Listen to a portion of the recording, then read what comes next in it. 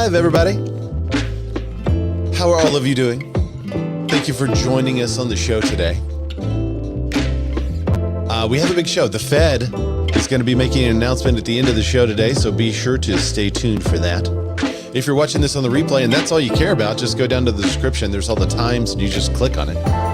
But hopefully you're here to listen to the entire show because this is episode 365 of This Week in Real Estate, hosted by yours truly. My name is Ray. I'm a bearded man of real estate. And we got a lot of news to cover today. Yesterday I was looking through the news. I'm like, maybe there's not that much. Maybe there is. I realized just how many stories I had collected. And there is more industry tea than I initially thought. So we do have some tea to dive into today. We're going to be talking about CoStar's Amicus brief, or Amicus brief, if those of you like Latin. We'll be talking about that. We'll be going through the real ReMax deal because they made a filing on June 12th, which seems to hint who the other bidder was. So we'll talk about that.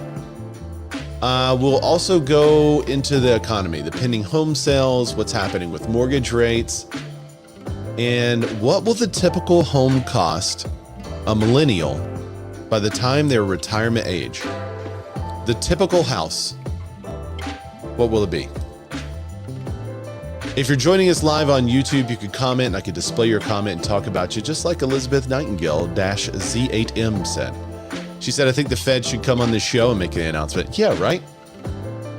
I mean, why not? We're already live at the time. Matt Lamarche, he's also in the comments. He says, what up, fammy? What I mean. So yeah, this, the Fed, at the very beginning of the year, I really thought that due to the Fed being, appointed by Trump and more kind of Trumpian as far as their economics go, I really thought that the Fed would be doing like a 0.5 point decrease today. But given the war and the inflation that has happened, I don't see a 0.5 point. A lot of people are saying that there's going to be no decrease at all. I am still hopeful for a 0.25 point, but maybe not. I thought the way the year was going, I thought he would just lower it 0.5 point and just let it ride for like 1.5 years, 2 years. But I'm less sure about it now. I think maybe he will don't do anything and then wait a little bit and then do a 0.25 point later. I've modified my belief. So what's up, Cindy? Cindy's joining us too. So is Courtney from South Carolina. Columbia, South Carolina. Cindy, what part of Utah are you in again? I think you're in Park City area, if I'm not mistaken. All right. So let's jump. I forgot to share my screen. There's always a little something. I want to jump right into these news articles because today's show, it'll be an interesting one. A part of the show, I have to watch what I say. I should mention that if you want to join the show on Clubhouse, I always forget to mention this at the beginning of the show. I've created a short link for it. So you can go to bit.ly/REN Clubhouse, and you will see the Real Estate Networking Club. You can click that, and then you can add your voice to the podcast if you want to. Oh yeah, Cindy says she's in Salt Lake, Park City, 15 minutes to Park City. Okay, 12 to Salt Lake. Well, yeah, you're right in the ideal area. Matt said, and if you comment on Clubhouse, I'll repost it here with your username. Portugal says hi. Yeah, there is a way on Clubhouse to type comments, and it's just, I can't look at all of it. So I can't look at the comments there, but thanks, Matt. Matt, the moderator, says, Terry on Clubhouse says, I think they should stay the same. People have gotten used to it and they know they can always refi. Who just scored? Haha, they just scored. Who scored? Are you watching? Oh, Portugal. How ironic. I am not watching FIFA, obviously. All right.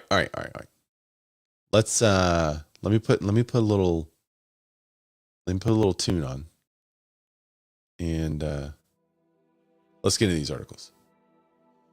So real quick before you go ahead, Mike. What's up, man? Another brokerage got bought out this morning. I saw that. It's going to be on there today. Yeah. Oh, okay, cool. Real interesting acquisition. Yeah, it's like a bath towel play. Yeah, it's really weird. Yeah, I've got that one coming up. Okay, before we get there, stay tuned. There's a bunch of cool stuff coming. But before we get there, let's look at this one. There you go. All right, so CoStar files an amicus brief, and some of you Latin purists are cringing because I said amicus. In English, we say amicus, but the Latin is amicus. So if you are an attorney and you just love speaking Latin, it's amicus. If you're a normal human, most people say amicus. All right. CoStar interjected themselves and filed an amicus brief in Zillow's motion for a preliminary injunction in its federal lawsuit against the Midwest Real Estate Data, MRED, and Compass. The filing argues that Zillow is demanding a court-ordered access to the MLS listings while running its own market listing program that withholds inventory from the broader market. CoStar is requesting that the court deny Zillow's motion. As we know, the court did not deny Zillow's motion and did grant a preliminary injunction for the feed to continue to Zillow. But the court case isn't over yet. So this was in their filing. Let me get down to the actual filing. It kind of goes through the history, but I want to see. All right, CoStar's general counsel, Gene Boxer, stated in a release in the accompanying filing, Zillow wants a court order forcing MLSs to hand over their listings while Zillow hoards its own exclusive pre-market inventory. A breathtaking heads I win, tells you lose proposition. The court should see this motion for what it is. An attempt to weaponize the judicial system to entrench Zillow's dominance at the expense of competition, consumers, and the MLS system that has served the industry for decades. Zillow's strategy is simple and troubling. Use its dominance to replace the non-profit MLS system with a Zillow-controlled ecosystem, locking out competitors while forcing MLSs to keep feeding Zillow data until Zillow no longer needs them. This is not a company defending consumer choice. This is a company that the FTC already sued for paying a rival to stop competing, that faces class actions for steering customers to overpriced mortgages, and that feast on a 99.7% of its users who don't know who they're contacting when they click Contact Agent on Zillow's platform. Zillow's motion is a message to every MLS in the country. Don't interfere with Zillow's takeover or face litigation.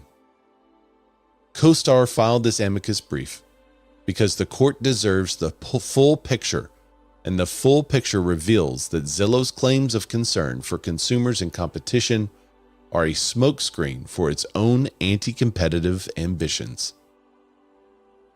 Woo! Scathing. They should have called it a scathing amicus brief. That was some good word. What's up? Living in Asheville, North Carolina is here. Hello from Asheville, North Carolina. What's up, man? Thanks for joining the show. This was my favorite amicus brief ever filed. You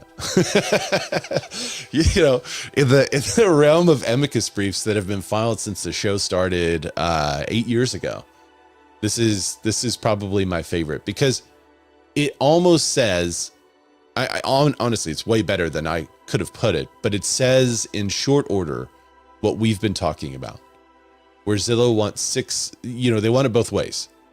They want to be able to have their cake and eat it too. We don't want to be locked out, but we want to be able to lock someone else out. And that is dangerous. And I'm disappointed that the court, not only did they not look at this amicus brief, consider the amicus brief, and then make a decision with that in mind, Check this article out. The judge denied CoStar's request to file the amicus brief in Zillow, MRED, and Compass lawsuit. So they tried to step in the fray, and the judge said, nah. That's crazy to me. Especially when someone like CoStar has a legitimate reason and interest in how this goes.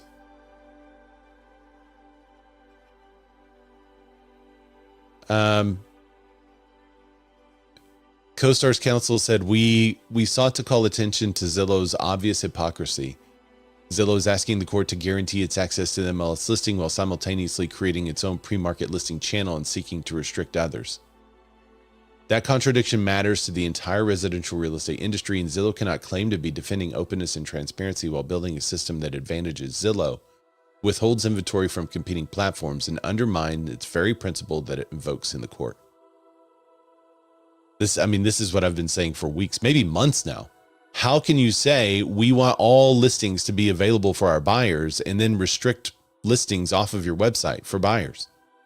It just doesn't make sense. So, unfortunately, CoStar's attempted intervention in the case was only the latest effort to differentiate itself, and it was not allowed. So I guess they filed it in the court of public opinion, at least. So at least people kind of know where they stand. But I wish, what's up, Cindy? Cindy is also watching on Instagram. I mean, that's how you really fill it out, Cindy. You're just giving me views. I appreciate it. What I wish would happen is that the judge would at least consider something like that, but it may have to be a more neutral party, like NAR, to file the amicus brief. I mean, that for me, I don't understand how NAR can take a position that's opposite of what home sellers want. Hey, look at that. Thank you for the gift, living in Asheville, North Carolina. Drop your name so people know who you are, by the way. Because so far I've just mentioned your username. Matt's super excited about the gift, the donation, the $9.99.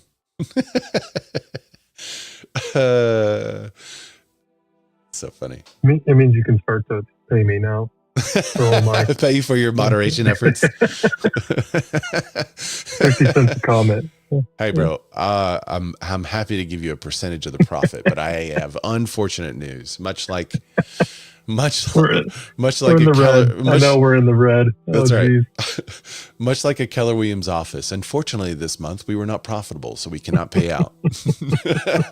Sorry, I'm just saying.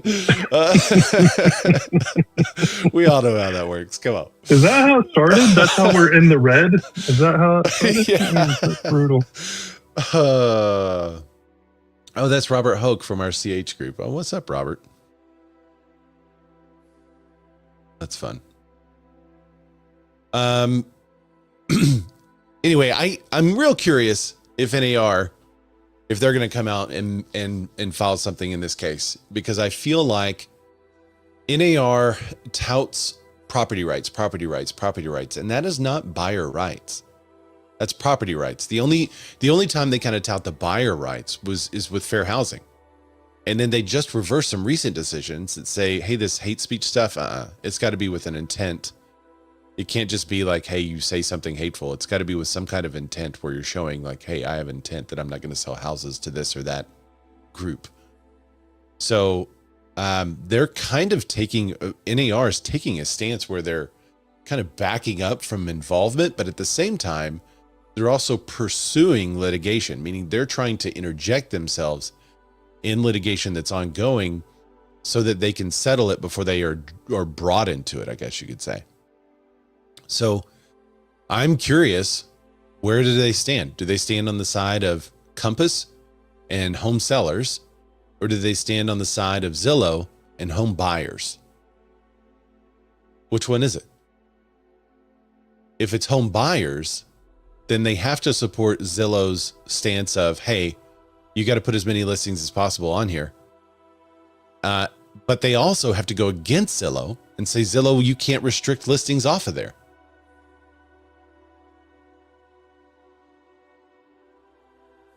What's up, Robert? Thanks, dude.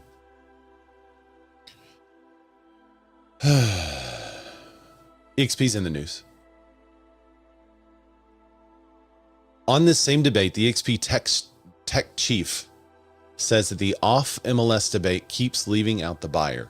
I don't really agree with that take because I think Zillow is firmly entrenched in supporting the buyer. But this is their take. The person bringing the money to the transaction keeps getting left out of the MLS conversation, and that should bother everyone, says Carrie Lisenko. She says, I've spent years on both sides of the glass as CEO of Zoocasa, building the portal that shows people homes, and now CTO of eXp Realty, leading the brokerage that represents the people buying and selling them. I've watched the current debate of the off-market MLS with particular interest and growing concern, she says. She does qualify that not all pre-market is problematic. The coming soon, the making time to take repairs, the staging of proper launch, and office conversation about what buyers are looking for. She says all of the above are above board. She said if the question were simply whether the seller should be able to market thoughtfully, there would be no debate. We'd say yes. But that isn't the question. Somewhere along the way, the conversation quietly shifted from how do we market homes to should private marketplaces that the rest of the market and the buying public cannot easily access exist. I'm going to withhold thoughts. I'll wait to the end. But I would love to know your thoughts in the comments. You can go ahead and interject right now. The arguments filling the trade press lately, however, well constructed, are mostly in service of the second while sounding nothing like the first. The buyer is the person who brings the money to the transaction. Every dollar of this deal comes from their side of the table. I have a problem with this thinking. I understand what they're saying, but this is really like old school and also was pretty much tamped down in the lawsuit because the lawsuit was from sellers. Y'all remember this? Y'all remember that little lawsuit we had where we had to reimburse a bunch of sellers? Not we as in me, but we as in the National Association of Realtors. Why did they have to reimburse sellers if the buyers were the one bringing money to the table? Right? Wouldn't they have to reimburse buyers? So the sellers were the ones that were compensated. So to say that the buyers are the ones bringing money to the table, you're leaving out this massive amount of equity that the sellers are bringing to the table. So every dollar that closes a deal comes from their side of the table. It's just not, it's an interesting way of thinking. You would think that in a debate about how homes get marketed, the buyer's ability to make an informed decision would be near the center of the discussion.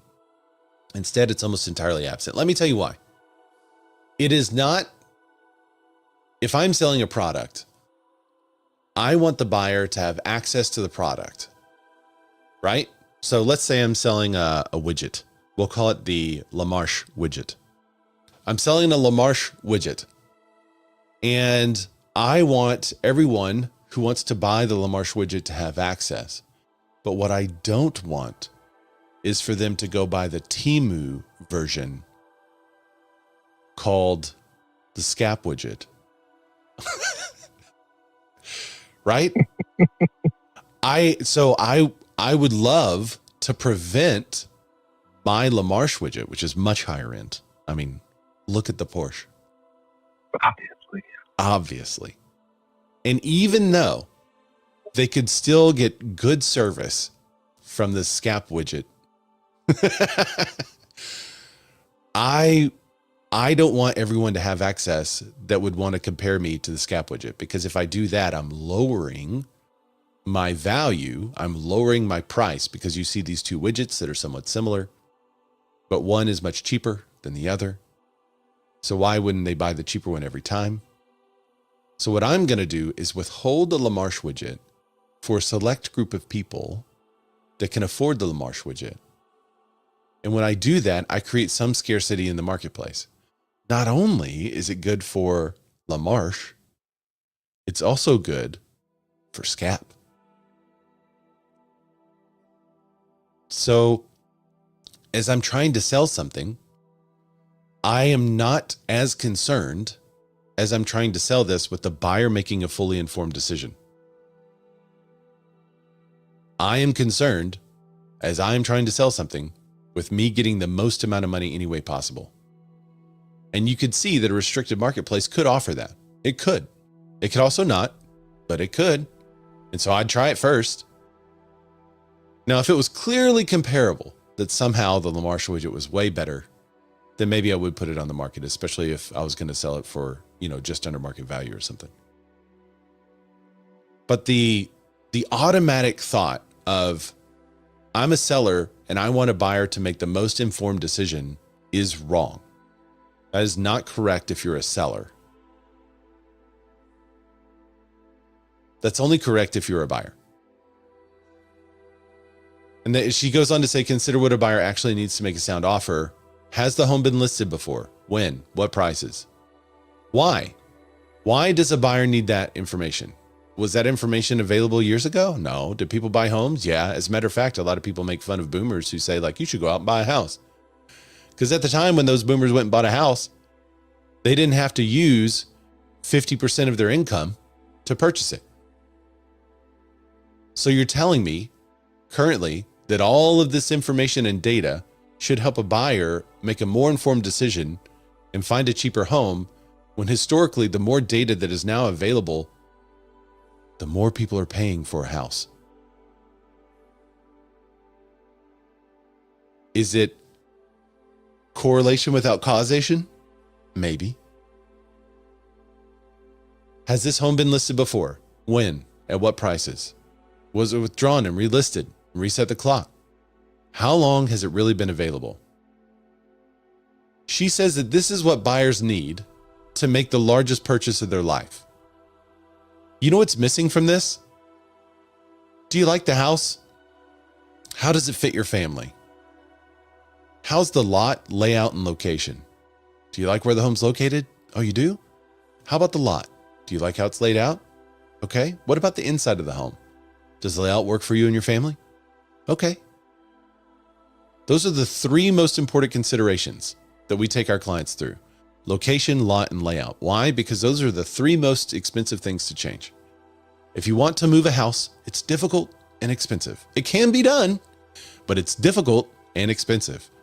If you want to change the grading of a lot, that's possible, but it's expensive. If you want to change the layout of a house, it's possible, but expensive. Everything else about the home is negotiated. The price, all that stuff. And it doesn't matter how many days are on market. How many agents out there have a seller who's been on the market for 286 days? And you say, Mr. Seller, I'm telling you, if you drop your price, I really think it's going to sell. I've been telling you this forever. You're overpriced for the market. And Mr. Seller says, that's a wonderful story.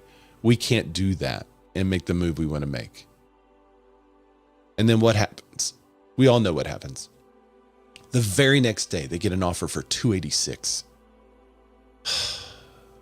And the seller says, see? We've all been there a time or two. So when that happens, you just got to chalk it up to like, okay. But that buyer did not care that the property had been on the market for hundreds of days, right? And they were listed at 280. They didn't care. The buyer wanted the house because they like the lot, layout, and location. So why does market data impact an owner-occupant? It should have very little impact for an owner-occupant. You know who market data should impact? Investors. Maybe that's who all this data is meant for. Maybe we're actually collecting all this data to impact BlackRock more than we are the neighbor down the street that's trying to buy a house.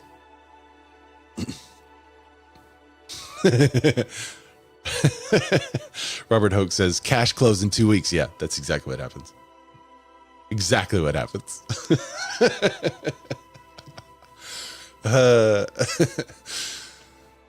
And then she goes on to say these aren't trivial. They are the facts and the data that tell a buyer whether the price is reasonable. No, it doesn't. It doesn't tell whether a price is reasonable. It tells you what the seller wanted to list the home for. That's what it tells you. And then what their tolerance is with being able to keep it on the market for that price. That's it. A withdraw and relist, you can't tell anything from a withdraw and relist. How do you know what they fixed or didn't fix? Did they change the layout? Did they take out the wall that was in between the ranch style kitchen and living room to make it more open in that time period, and then they raised the price? All right, I'll continue. That information is material to every offer. Here's the part of the current debate that should give everyone a pause. In one of the recent op-eds defending off-portal marketing, the objection to buyers seeing the days on market and price history was stated plainly. It arms them against the seller. Yeah. National Association of Realtors for Property Rights. It arms them against people that have rights to their property. Yeah. She said, read that again. I'll read it again. It arms them against the seller. Yeah. Yes. And what's going to happen when that buyer owns the property? What's going to happen when the buyer owns the property? Down the road, people are going to see, oh, this house sat on the market for 300 days previously. Well, why? Did it smell like cat pee and then it was finally remedied? We don't know. So you're saying that it arms them against the seller, but you can also look up when a property was previously listed, how long it took to sell. Is that significant? Yeah. Should it be? No. No. But some people will tell you it's very significant because now you're seeing that this property took longer than any other property in the market to sell. So you're the buyer and you think this data arms you against the seller, but now you own the property and the very data that armed you against the seller is now going against your own home values. So you're shooting yourself in the foot. She goes on to say, the discomfort isn't really with one portal's business model. It's with buyers having information at all. This is a statement that keeps her fanning out of the fire of going against one model that is a National Association of Realtors person. Let's see. I understand the frustration with portals. I've built one and competed for traffic and attention. They are for-profit companies, not neutral referees. However, you cannot answer, quote, this portal isn't perfectly transparent with, quote, so let's build a marketplace that's transparent to almost no one. I don't understand what she's saying. I read this earlier and I was like, I don't even know. Maybe I'm not smart enough. However, you cannot answer, this portal isn't perfectly transparent with, so let's build a marketplace that's transparent to almost no one. The fix for imperfect openness is not enclosure.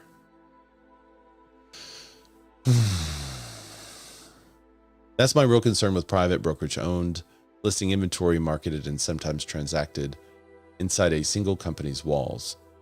But okay, let's look at this. Deals that are transacted inside a single company's walls are currently allowed by clear cooperation. Okay? They're currently allowed by clear cooperation. So, I mean, should we get rid of clear cooperation?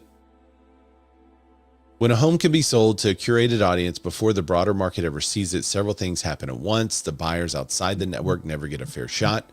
Sellers may never learn the full market would have paid. And the transaction, the price, and the terms, the real story never enters the shared record. And appraisers, Scap's on the phone. Appraisers, lenders, and the next buyer down the street all depend on it. Hidden deal. Well, how do these, okay, we say they all depend on it, but yet you have places in Canada that have no sold information. They have no sold data available due to privacy. So how are they coming up with comparative market analyses? How are people buying and selling homes there? The average Canadian, I think, has 15% down. And they still are at a 60% home ownership rate.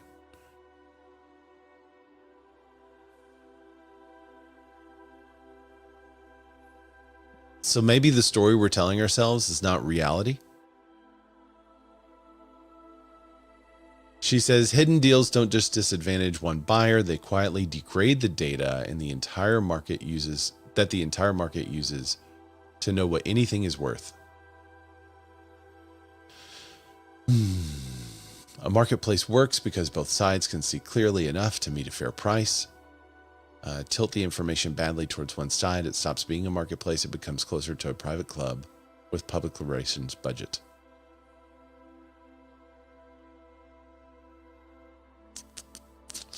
So she says, I'm not arguing that sellers should give anything away or that agents should surrender the craft of marketing a home. I'm arguing for simple principle that I think most people in the industry actually share when it's stated directly. The person bringing the money deserves to see the same basic facts about the home that the people selling it already know. That's weird. So Arkansas is a disclosure optional state. So that's weird to me. That sounds really strange to me. What's up, Terry? I saw you on mute. Terry joining us on Clubhouse. Oh, she just muted herself. Okay. No big deal. I was throwing to you like a reporter, man. So she says, as the op-eds keep coming, I ask everyone reading them to notice who keeps getting left out of the conversation. The seller's case is being made loudly as well. The buyer voice is barely being heard at all. I disagree. I think the buyer's voice is much louder than the property owners. So it would be an interesting experiment to see a market that has no publicly available information about a property and see what happens in the market. I'm curious. So the CTO, that's the CTO of EXP Realty. Somebody just asked who that was. See what happens. Matt says, I counted 12 usages of LaMarche in some form or fashion. That'll be $9.99. Your NIL? You've got an NIL deal for the show? Right. Yeah. On thisweekinrealestate.com. No, what was your question? I'd like to see a property that's not on the market. What? Yeah, I would love to see a marketplace that has a restriction of public information. So there are marketplaces out there that the sale price and everything is hidden. The terms are hidden. None of that information is publicized. I remember on Clubhouse, some Canadians joining in Clubhouse and saying that they were in markets like this where everything was private. And so they would have to come. I don't know how you come up with the price in that case, because I've always been trained of looking at comparable solds, right? So I guess maybe they call agents and ask like, hey, what'd that property sell for? I don't know how you would do an appraisal in a market like that, but I would be curious to see how things operate. Because I think the story that we're telling ourselves about the need for data in order to function as a real estate market and in real estate might be a lie. And I'm curious if the data is actually helping those gigantic investors and giant companies more than it's helping the average consumer. Because you can see from her thought process that she said, what a buyer needs to know. Consider what a buyer actually needs to make a sound offer on the largest purchase of their life. And she says has a home been listed before? When and what price? Was it withdrawn and relisted to reset the clock? How long has it really been available? And my question is, why is that actually needed? I don't think that information is actually needed at all for a buyer to know if they want to make an offer. Right. Yeah. Well, and it's only worth what they think it's worth too. And what a bank is willing to give them, essentially. Right. Yeah. Yeah. Yeah. So I had a recent experience with some of this in a smaller, not in the entire market, obviously, but like just in my neighborhood. And for context, I've sold more homes in my neighborhood than anyone. And so well done. I know it really, really well, which I appreciate that. Shout out to Ninja Selling, by the way. A lot of that helped. With this domination. But I recently didn't even list property. I got a listing in my neighborhood, and they've got some tenants currently in it. They moved actually to Spain. And so they were like, yeah, we don't really want to market it. We can't have a ton of people through the house, but like, if you can work it off market for the next 60 days, let's see what we can do. Cause like we've had some offers in the past that were, pretty decent. I was like, well, what's pretty decent? And they're like, well, 700, 750, blah, blah, blah. I'm like, okay, well, I mean, I'm probably would have taken those offers. Yeah, that sounds pretty good, actually. Because I don't think that I can get you to those prices. Like we signed a listing agreement for $725. And so, after probably a good solid 45 days or so, got a buyer. They're a developer. They tear down houses and then they rebuild, $2 million houses in our neighborhood. And they've done it 5 or 6 times.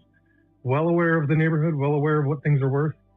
And they've also done enough transactions that they know, okay, this half-acre lot on sewer is going to go for that much, and this 3/4 acre lot on a septic is going to go for that much.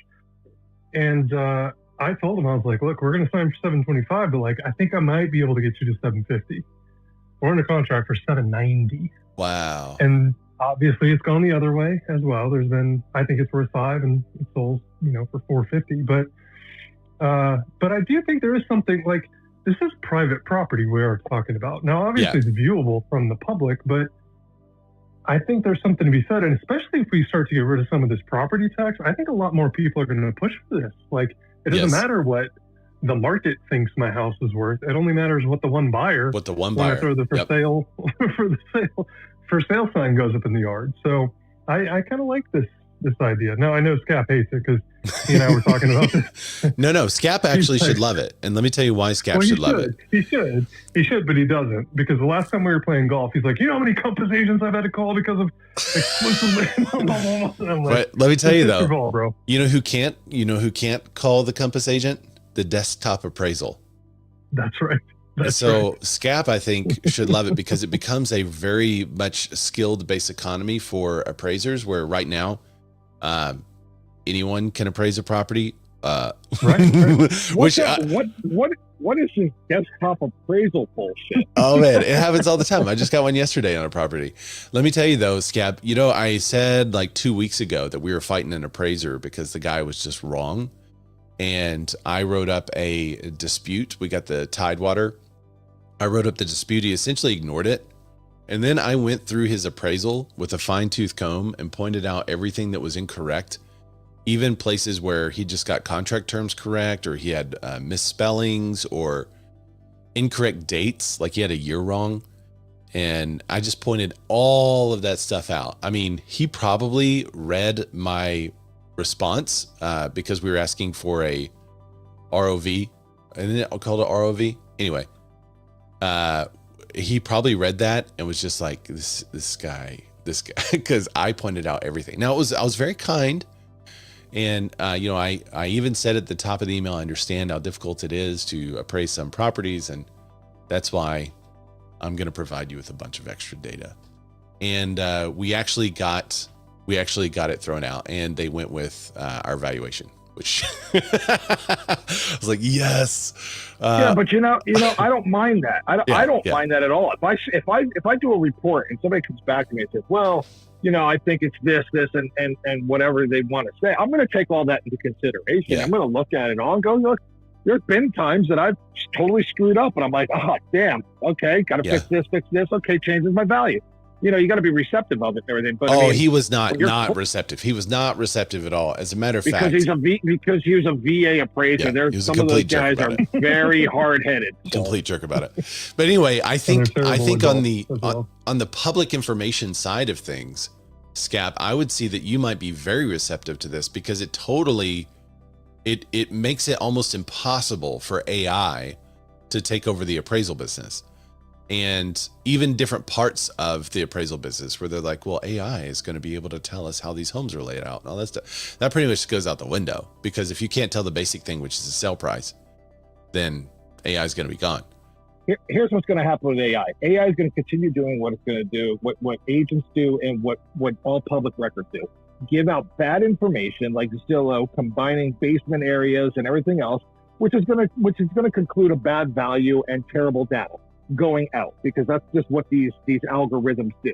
So you have to have somebody to actually decipher the data, which would be me deciphering that and everything. But as far as these exclusive listings where it's not listed on MLS and it's on a Compass site and everything, if I can't get access to the correct information, that just makes my job terribly harder. And that's just going to make more people yell and scream at me because a house sold for this and this. I mean, I'll just give you a quick example. Is I'm doing a tax appeal for a guy who thinks his house is worth under $790,000, but yet I had to go search deep and deep and deep to go find some data. And it turns out there's 4 houses that sold off market in his neighborhood in the last 2 years for over $900,000. Hello, but it took me like 5 hours to find all this. Yep. But I think that's the way it's going to go. And in the world of private information, where, if a seller wants think about this though, if a seller wants their information about their what their home sold for, or a buyer now, right? So they buy the house, now they own the home. Shouldn't they be able to sell that information? I mean, why do we call that public information? That's interesting to me. I don't know why we do that.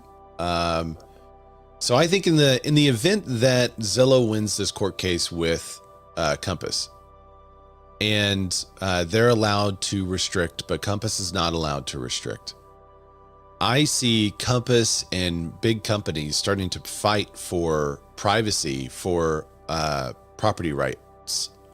And I think NAR has no choice but to enter that fray and agree with the property owners concealing what stuff sold for. Like, why is that public information? I don't know. It'll be an interesting world, but the pendulum swings, and I think it swung way out to information available to everyone. And now we're seeing what AI can do with that information. And so I think slowly people are just clawing back their information. I have had more and more clients where I can't find anything about them online. Because, when somebody makes an inquiry, we just kind of do a basic lookup to say, like, are they actual humans? It was pretty easy to find. A lot of people like, oh, there's their Facebook profile, Instagram profile, like LinkedIn. There they are. And nowadays that's getting harder and harder and harder to find. I was actually trying to find a property owner yesterday so I could call him and tell him that I'm about to list the little lot beside him. And he has scrubbed himself off the internet. I can't find anything about him. And so I called a company he used to own, got a number for someone that they used to contact him. And they said, oh yeah, he's no longer in reach. Like, what does that mean? So that's my mode for the future. I think I've said it on the show before. I want to be in touch, but out of reach. And the only way to do that is to completely scrub yourself off the internet. So I think that's going to be happening more and more. I think the pendulum's going to swing. I think we're going to see the privacy of data come back because of what AI can and is doing with it. So we shall see. We shall see. Google, speaking of privacy of data, Google is not to be outdone.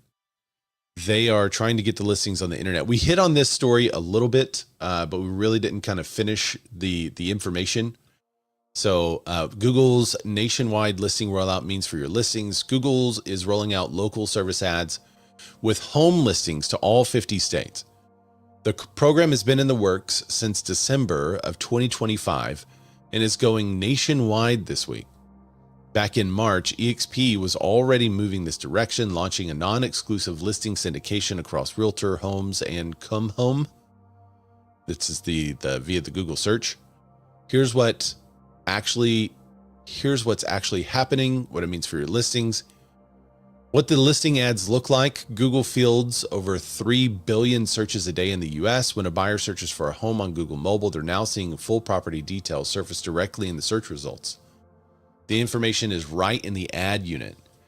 Each listing surfaces with address, price, photos, bedroom and bathroom count, and square footage. From there, the buyers request a tour, contact the agent directly from the ad. What agent, you say? The listing agent. Booking an appointment with a local agent is also an option. Promoted buyers agents appear alongside the listings. Listings surface for participating MLSs at no additional cost. Google determines placement based on relevance to the search query, not who paid more for better positioning. So agents and brokers get in through my state MLS, California Regional MLS, and San Diego MLS. I mean, this would be huge right now for MRED to open this up. And for, what's the Tennessee one? The Tennessee one that Compass is arranging. I mean, if they got into, but Compass has to be careful because, you want to buddy up to Google to destroy Zillow, but you may be creating a monster that you can't kill. The program is expanding and full U.S. availability is expected this summer. If you're already running local ad services, you're automatically included in the enhanced experience. If you're new to local ad services, you can sign up directly. To be eligible, you need a license with the broker participating in MLS. If your broker is not in one of those, here's how to get in. It gives you some ideas on how to do that. Establish a feed for House Canary. So pretty cool. It's a good idea. As a listing agent, which is funny. So someone texted me. I was like, so are you just for keeping all listings private? I'm like, no, I just want the listings private for the sellers who want to remain private. Or if it's a really good marketing strategy for a particular listing, I want to be able to do it. And I don't want to get any pushback from it. I don't want to get any realtor locally turning me in because I have a sign in the yard 2 days too early. So I think we should be able to market a property how the seller wants us to market the property. So, you might think this is an opposite opinion for me when I'm saying, yeah, let's get our listings on Google, but I think they should be everywhere that the seller wants them. So if a seller wants it on Google, I think this is a great option. Get your listings on Zillow, Google, homes.com, realtor.com, put them on everything when the seller wants them on everything. But if they want them on everything, don't put them on everything. It's very simple for me. Speaking of building monsters, did Scott tell you about our left scramble? No. Oh boy. So 5 under through 18. Yeah. Two of those on the 18th hole. All thanks to me, basically, because holy crap! Like, are you seriously going to sit here and talk like this to Ray when we used pretty much like 3/4 of my shots because yours ended up in the woods? No, three or four. I boycott this show. I boycott. No. It wasn't 3/4 of your shot. It was 3 or 4 of your shots. That's what we used for the whole. Bro, I'm so gonna find every listing sign you have out there, and I'm tearing them down. Boom, they're all under contract. They're going to be removed soon. It won't matter. Very nice. All things. We are all things to wild and crazy guys. I will give Scott credit. One of the pre-market appraisals we did is under contract, and very nice, very nice.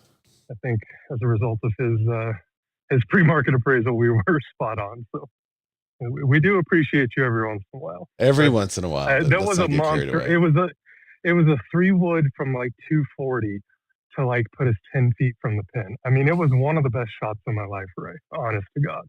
Well, I also played golf this weekend and had one of the best shots of my life, and then also one in which I had 10 on a hole. So there was that. Hey, by the way, I'm sure Matt didn't tell you about the back-to-back birdie. He said help us get to 500. But who? Oh, yeah, that's right. Including a 40-footer. Thank you very much. Remind me again, which one's bigger, birdies or eagles? Oh, Julie Moon's in the comments saying go Dogs, whatever. Did y'all wind up winning, or did Oklahoma beat you? We're a baseball school now. I know, right? You might as well do something. Georgia won. Georgia did win? Okay. I haven't watched since the Razorbacks were out, so I don't even care. Hey, speaking of stuff that nobody cares about, Bob Tompkins had a video. Did y'all see Bob's video? I'm gonna play the I'm gonna play the beginning of Bob's video. It is controversial to say the least. Actually, I need to reshare with sound so y'all can hear it. Hang on. Let me bring this back up here. Stop screen share and So Bob's a good buddy of mine at Real Broker. He released a video recently that has been ruffling some feathers. And I wanted to put it in context, but one of the things he is saying, we play Oklahoma tonight. Wait, so you're not done yet? I thought you were. What do you mean you play Oklahoma tonight? Are you not done with the World Series? I'm confused. Who won the College World Series? Did you win yet? Because if you're saying all this go dog stuff and you didn't win, that's crazy. You're in danger. It's still going on. There's 4 teams It's still going on? There's still 4 teams left? I feel like it should be over by now. Gee whiz. No, there's 4 teams left that are now playing for that can move on. So. It's taking forever. All right. Well, I've already moved on to basketball, but you notice I just went right past football this year. Okay, let's talk about Bob is a South Carolina boy, by the way. But he's a Cubs fan, so you know, I still like him. He had a video come out. I'm just gonna play the first part of it and we'll get into it. This is a message for EXP agents who chose to criticize Real's acquisition of ReMax when it was announced on April 27th. See, on June 12th, the Security and Exchange Commission filed a report on Real's acquisition of ReMax. This filing details everything that transpired during the purchase agreement. There's an interesting section of that filing that references a Party C. Party C actually made a hefty bid to acquire ReMax. Interesting. So hefty, in fact, that it was $30 million more than Real's offer to acquire ReMax. Out of curiosity, I wanted to find out who Party C was. So I ran the filing through every AI tool I could think of, Grok, Claude, and ChatGPT. And they all came to the same conclusion, that Party C could only be EXP. Could it? Now, if that's true, What? you can see in the filing that EXP actually made repeated attempts to bid on ReMax, even after they had been rejected multiple times, and even after the bidding process had concluded. He's revving it in. Now, if you know anything about EXP, this actually makes a Okay, so the reason why he's doing this, I'm going to fast forward to the part that kind of shows on screen. This is the reason why he's doing this. EXP agents, when the real ReMax thing happened, there were several EXP agents or people that represented EXP in some way coming out in the public and saying things like, the companies without a clear model are buying one. The companies with the model already built don't have to. Okay. All right. Well, we should probably not say stuff like that, because if you say stuff like that and then you find out that your company was also bidding on that other company, it puts you in a negative position moving forward, especially since EXP then announced that they were buying Next Home. There's another one. This guy, Jay Kinder, from an agent perspective, I do not see the win. And then Bob's like, well, your people saw the win because they were the ones bidding on it. I wanted to bring this up because Bob was kind of the first to explode onto the scene with this video and talk about who Party C actually is. And so I did similarly to what Bob did. I took the SEC filing that you can see here on my screen, and you'll notice that it is filed under Rome Wildlife Incorporated. Rome Wildlife Incorporated is the company that's widely to believe to become the real EXP, real EXP, to become the real ReMax holding group in the future. Okay. And this is why this is interesting, because you can search for Party C. Wait, where is it? I just lost it. Oh, it's not searching because I'm on YouTube now. Let me see if I can do it again. Party C. Nope, it's not. All right. Anyway, it's here. You could search for Party C. It is down in this section. Let me find it right. Oh, it's down in this section right here where it talks about Party C and what Party C had to offer and their stock offerings and how it all was calculated. Okay. Now, in my read through of all this, you can't really tell exactly who party C was. There it goes. You can't really tell who party C was. The only way you can tell is there's some mention of the type of company it is. There's some mention as to, what the merger might look like and their pitch, basically. But what I did was I put it through ChatGPT and some other AIs, and I asked it based on the offer that they gave, how does the math work to figure out if, like, what company would be in this position to make this offer? What company would do this? So the interesting part is that the filing gives us kind of an implied value of Party C's stock based on the proposal. And there's figures like around $15 and $14.63 per ReMax share. So it doesn't mean that their new stock price would be $14.63. It means that the offer using Party C's stock share prices implied that the value for ReMax shares would be the 15 or 14.63. So some people were saying, well, it's got to be this or that company because in the filing, that company says, it's a $15 stock. So it's got to be this company, but that's a misread of what the actual document says. So if you test the math against the EXP, which is AGNT stock price around that same time, the implied exchange ratio comes out to roughly 2.27 agent shares per ReMax share. So that is the main reason why you can look at the filing and say, okay, ReMax was Party C. ReMax was the other buyer, the other bidder for the real ReMax deal. So it's interesting information to me because I'm a real agent and saw a lot of attacks from EXP agents at the time, which I don't know why, but I do know why. There's animosity. There's animosity between Real and EXP because Glenn said shortly after Real, was kind of starting to blow up, he said in a year we won't be talking about them anymore. Had he never said that, the relationship between Real and EXP would probably be much better.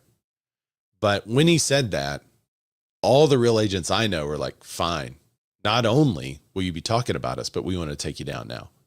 So he created a rival when he didn't have to. He could have just said nothing and then it wouldn't be a big deal. It'd just be another company in the marketplace like, LPT or somebody like that. So, but because he said that, there's an animosity when Real makes a move, ReMax agents comment on it. Or not ReMax agents, EXP agents comment on it. I wonder how many times I've fed ReMax by EXP. Anyway. So when EXP agents comment on it negatively, and then you find out that they were also ones trying to make the bid, it's just very ironic. So a little industry tea happening live. You can go to Bob's Facebook page there and drop in the comments and see how people are commenting. There it is. So CEO of EXP came out after the merger was announced and says, play the game you were meant to play with the team you've been playing with all season, which is fine. But it's also doesn't make sense if you were Party C. It's like you're trying to like coach yourself back up to being okay with just your team. I mean, when you know all the facts, and I'm not saying that EXP factually was the other bidder, but based on the implied stock value and things like that, it seems like Party C is the most likely candidate. The other candidate may be Compass, but it doesn't really make sense with the valuations. It's definitely not like a Keller or somebody like that because the S4 filing was not, it was more indicative of a publicly traded company. So, whenever you know, well, maybe not know, but whenever you think that maybe Party C was EXP, and then you hear the EXP guy say, play the game you were meant to play with the team you've been playing on all season. It sounds like a player that was rejected, that he basically dropped himself in the portal and then he didn't get selected. And then his team allowed him to go back on the team. That's what they're trying to like talk themselves up. That's what it feels like. So just be careful And Bob, a lot of people were in Bob's comments saying things like, "Oh, who cares? Just let it go, whatever." And I was happy to remind people that, I said people commenting, "OMG, why do we care?" And they don't realize that they're talking to a guy with a brokerage brand tattooed on his leg. If you don't know, Bob famously has the ReMax logo tattooed on his thigh. So, so a little more context about who Bob is. Brand matters to Bob. You can't say brand does not matter. And so he took it personal when the agents were attacking his brand. But I just thought that was really interesting. The videos come out.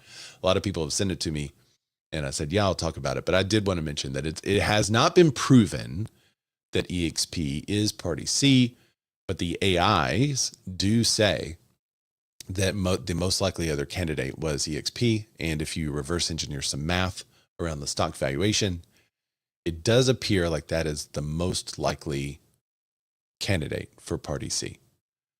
So, interesting video. Rome Wildlife is a weird, I don't know why it's Rome Wildlife, but it is Rome. That's what they say. So, all right, let's move on. There's another merger that's in the news. And Mike talked about this earlier at the very beginning of the show. This is a weird acquisition. Am I wrong? Correct me if I'm wrong. But this feels like a weird acquisition. Bed Bath & Beyond to acquire Fathom Holdings in $53.8 million deal. Now, when I first read that, I was like, okay, Fathom Holdings, maybe that is just like the real estate holding company of Fathom and is not the brokerage. But no, it's the brokerage. Bed Bath & Beyond wants to buy a real estate brokerage. So we can guess what the gifts are going to be. I mean, Cuisinart's out the wazoo, right? A coupon. The 20% off coupon for life. Yeah. You get for life. Here's your 20% off coupon card as a Bed Bath & Beyond. But the problem, they don't really have that many stores, right? Didn't they they closed down the store here locally? I think they're mostly online these days. Courtney said that is beyond. Yeah, that is beyond. Wasn't Ty Lopez involved with Bed Bath & Beyond? And I think he's looking into insider trading or something like that. Oh, yeah. I remember that. Was that Bed Bath & Beyond that he was involved with? I think so. Yeah. I actually I was with Fathom for like 6 months, and it wasn't a bad experience. Their technology was pretty good, and it was like a flat fee per listing or per sale. And then when Real bought whoever they bought, ReMax, yeah. I thought, oh, shoot, I'm going to look into buying some of that stock because it would be a good acquisition. So I bought some, and I made 100% on it. Nice. This morning. Well done. But I was like, wow, that was the last company that I was expecting to acquire. Mm-hmm. Yeah, I mean, if you would have told me, I wonder how. Let me get the store count. Bed Bath & Beyond store count. How many stores do they have? No standalone physical stores anymore. Following a 2000. Now this is I haven't had any personal experience with Fathom. I know a couple of agents with Fathom that are great. I know a couple of agents with Fathom that are not great. So I don't really have any kind of opinion one way or the other about Fathom. I know they're like a discount type of brokerage, which I don't love that, but there's always going to be discount brokerages. The part that I thought was humorous / interesting about the deal was that 2023, Bed Bath & Beyond files bankruptcy. So they filed bankruptcy and now are buying Fathom. How? Well, it's an all stock deal. Okay. And Fathom's share price has been under $1 for quite a while. So I don't know if there was fear of delisting, and this just made sense. Somebody was willing to absorb them. Yeah. As far as Bed Bath & Beyond, yeah, that's kind of interesting. I mean, they probably got it at a pretty decent price. I remember it was trading in the like 3s or even 4s not too long ago. So, it's an installed base of potential new consumers for the Bed Bath & Beyond brand, I guess. Yeah. Oh, Cindy just said exactly what I was just going to say. They do own the Container Store, and that has 98 locations. Oh, okay. So there is something there physical that people can walk into still with Bed Bath & Beyond. You need containers when you move. Yeah. It's interesting. I wonder if they're going to reset the Fathom website to have like bed and then bath and then beyond. And then you put in your other search criteria. Like bed is like 3 bedrooms, bath, 2 bathrooms, beyond. And you put in other search criteria in a little AI prompt, and then it goes and finds. That would probably be like one of the smartest integrations with the ever. Like that would be so subtle, but also, nod to the parent company. I'm sure we'll get right on that. Yeah. Take my advice, Fathom. Take my advice, because CoStar, they watch the show, because that's why they filed the Amicus brief. Shoot. I know CoStar watches the show because Andy's reached out in the past. Andy with Homes.com. Did you see, I don't know, he's an influencer in the real estate space. He's Clayton or some, I don't know, he's got some lead generation company. And he read the riot act to one of the dudes from the knowledge brokers talking about Real being delisted. No. You seen that? No. Clayton or Colton something. Oh, yeah. I know Colton. Colton is with Real. Yeah. So I guess on the knowledge brokers last week, the younger guy, I can't think of his, Byron. Anyway, Byron was talking about Real getting threatened with delisting, and Colton took umbrage to that and told him to apologize. So there's some drama. I mean, if you look at REAX, which is the Real Broker's stock price, it's at 174. They have to spend 1 month under $1 to be delisted. It's just not going to happen. Real's stock price dropped in January when all of the real estate stock prices dropped. So as soon as the housing market goes up, it's going to go boom. I think it's going to be a big bump. So we shall see. It's kind of nice that Real and ReMax are going to be together in that. So I know that whenever an acquiring company acquires a company. So if you look at Bed Bath & Beyond, their stock price today should be down because of this announcement. And Fathom should be up. Let's see if I'm right. Yeah. It was so Bed Bath & Beyond is down 2.4%. And Fathom Holdings stock is up the Trumps 84%. Fathom was up like 20% yesterday. So I noticed that. And the Trumps must be involved, and they're buying. And sure enough, woke up this morning. Boom. Yep. Yeah, it's a big up, big news. So that always happens whenever a company announces that they are going to acquire another company. They also stay down. So I think the upside on Real is pretty huge in both the market recovery for all real estate stocks, and then once it closes on the ReMax deal, it's going to go. So I'm excited. I'm holding mine. I'm not selling off. So what's Bed Bath & Beyond? I probably should disclose I'm a big stock owner of Real. I got thousands and thousands. All right. What is Bed Bath & Beyond doing in real estate? Marcus Lemons, known for CNBC's Profit, took over as CEO in January of 2026 and laid out a 3-pillar strategy called Everything Home. Home ownership and transactions, omni-channel commerce, and home services. Fathom acquisition fits the home ownership and transactions pillar.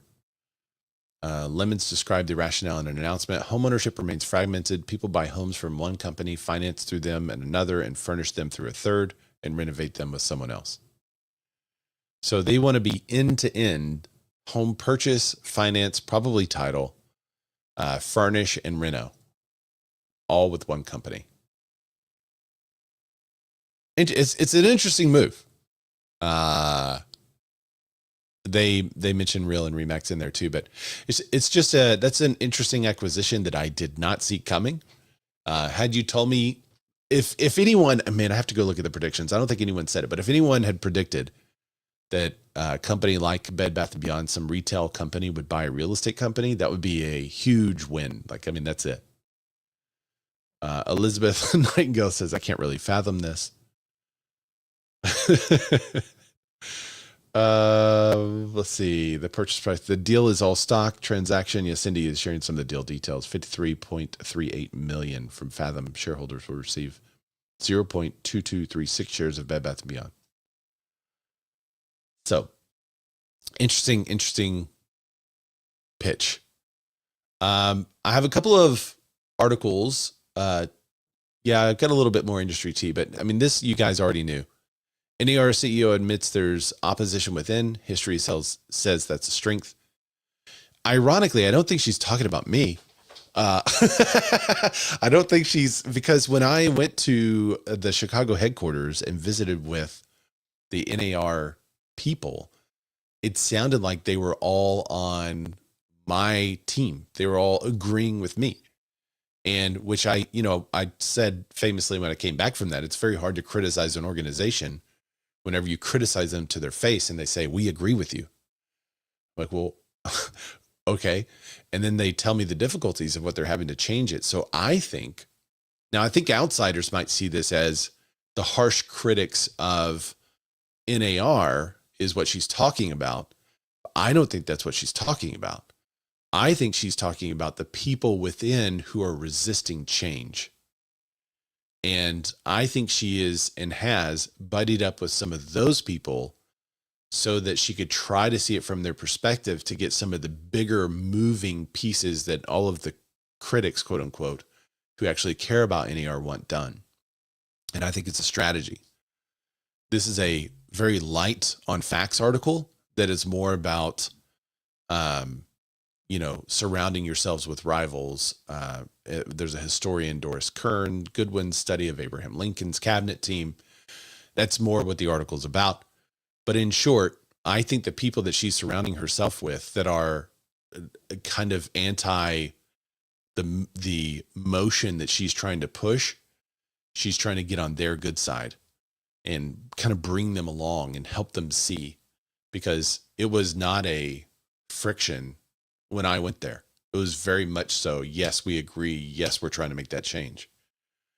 So interesting article. And someone sent it to me and said, are they talking about you? No, I think they're talking about the other people that they're having a harder time converting.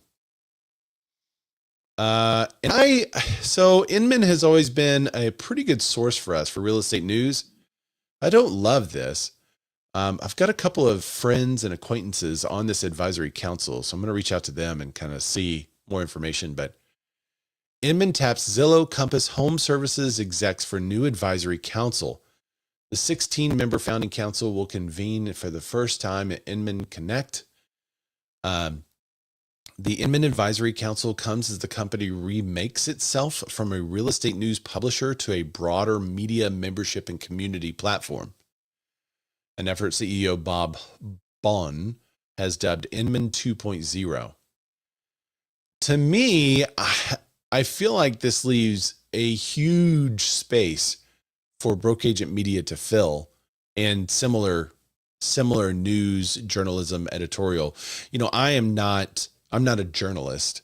I like to think of myself as balanced like a journalist would be, but I don't sit and write the articles. I've done some of that, but it takes so much time away from like actually selling houses and there's no money in it.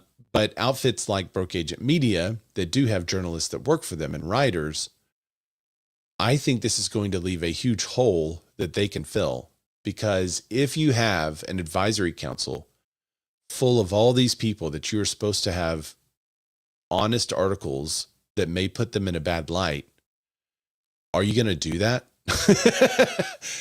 And the answer is no. Like, I cannot see a world in which they come out hard against Zillow, with Zillow being on the advisory council. So I think they are moving from a real estate news publisher to someone that's no longer a journalist. And it will be interesting to see what this Inman 2.0 actually is. It sounds like something that's more of like a school, the SKOOL type of membership and community platform that's focused on real estate coaching and broader media. That's an interesting statement too. What does that mean? Does that mean they're going to have more videos and podcasts and things like that that are more opinion driven and less journalist driven. Because I mean, how can you write a fair article on Compass and Zillow if they're both sitting on your advisory board?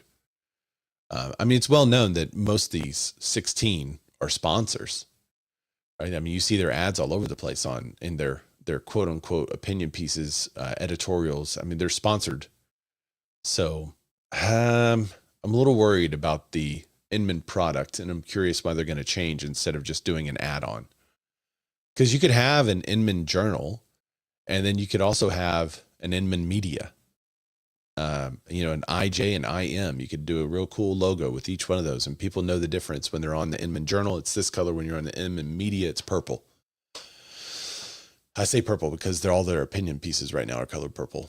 But it seems like that would be a better move. That way, they still keep the integrity of journalists and journalism and news, but it doesn't look like that's the direction they want to go.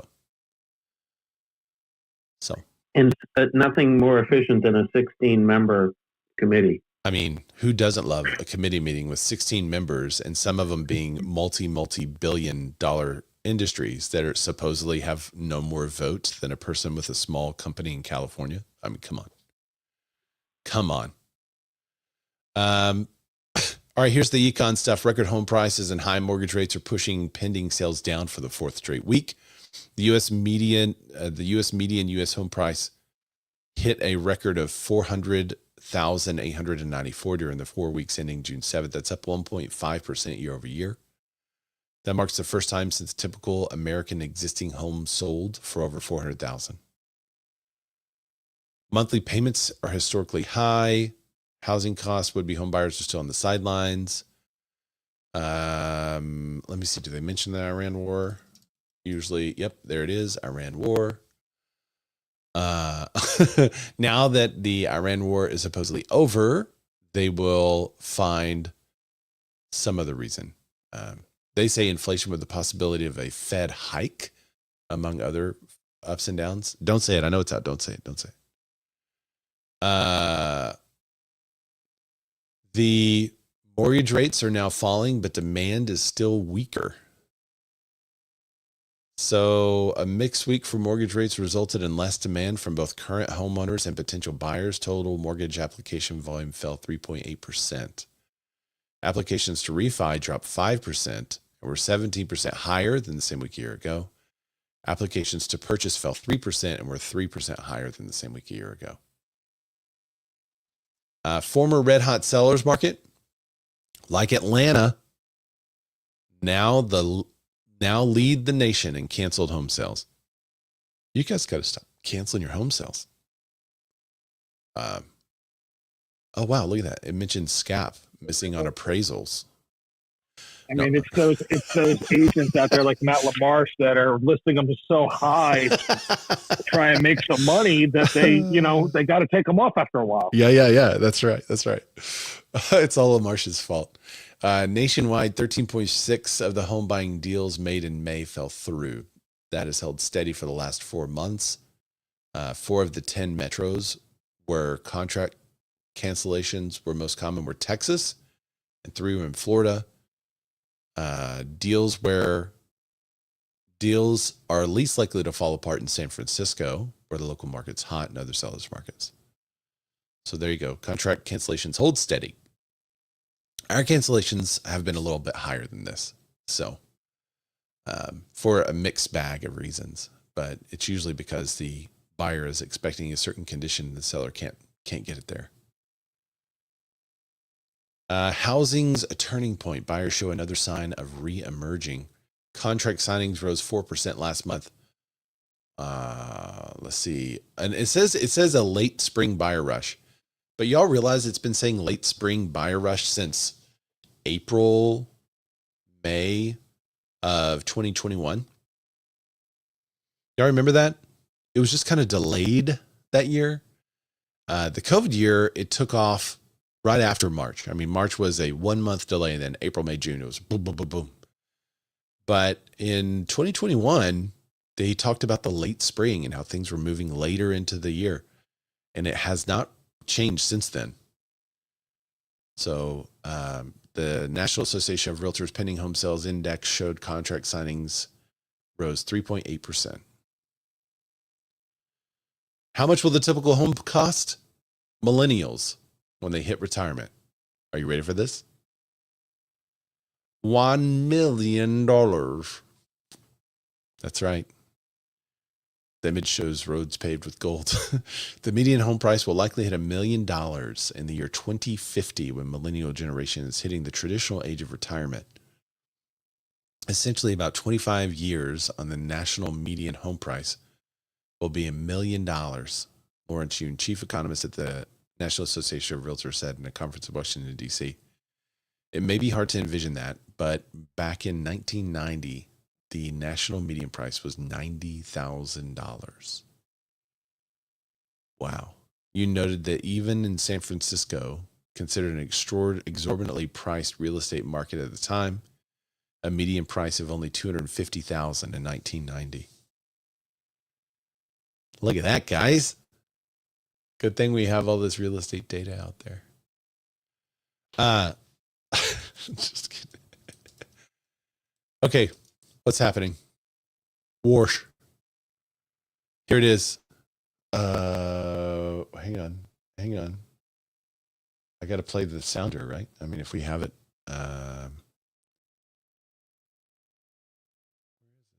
There it is. Breaking news from This Week in Real Estate. That's right. We do have some breaking news. The Fed is not changing the rate. Fed holds rates steady and pares down the statement to remove the cutting bias. Kevin Warsh's first meeting as the Federal Reserve Chairman concluded Wednesday with no change to interest rates, the removal of a key language indicating a bias towards future cuts, and dramatically shorter policy statement. The Federal Open Market Committee voted unanimously to keep its benchmark overnight borrowing rate anchored at 3.5% to 3.75%. The federal funds rate held there since the central bank lowered rates by 0.75 of a percentage point later, part of 2025. With a bevy of intrigue over Warsh taking over the central bank helm, the meeting followed the same pattern as the others. Let's see. Fed officials, through their closely watched dot plot grid, removed their prior outlook for a rate cut this year and indicated that a hike is possible.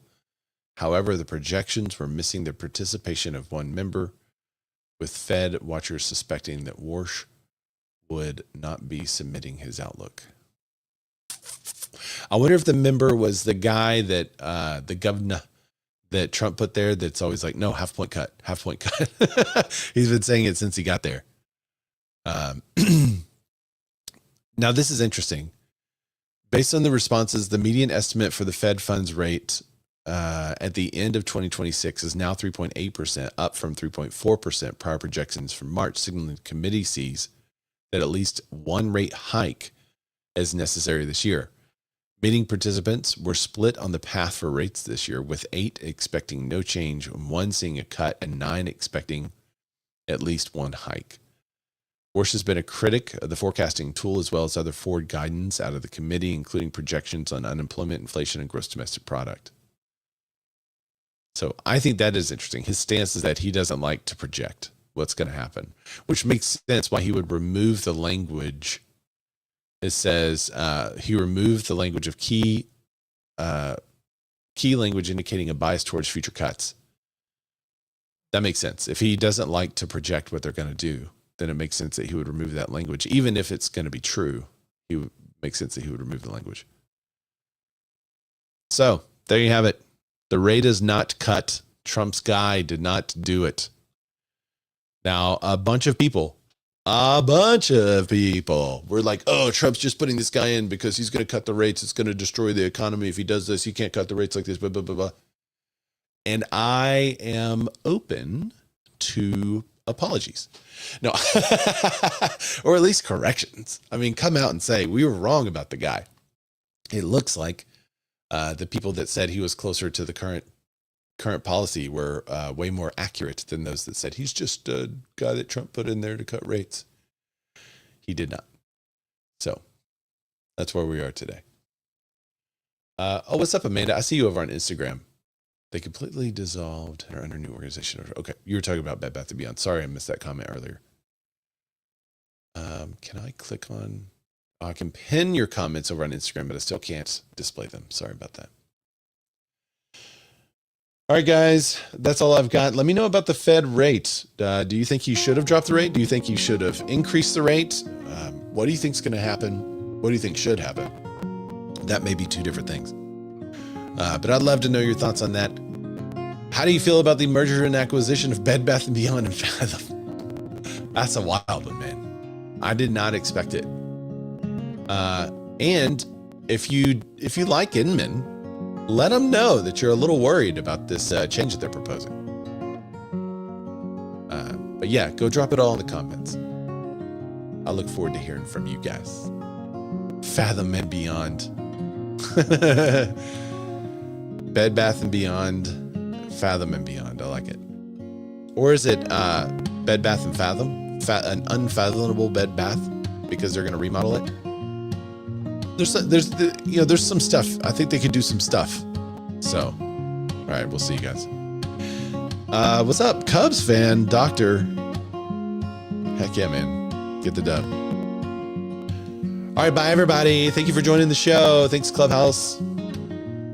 I will see you next week.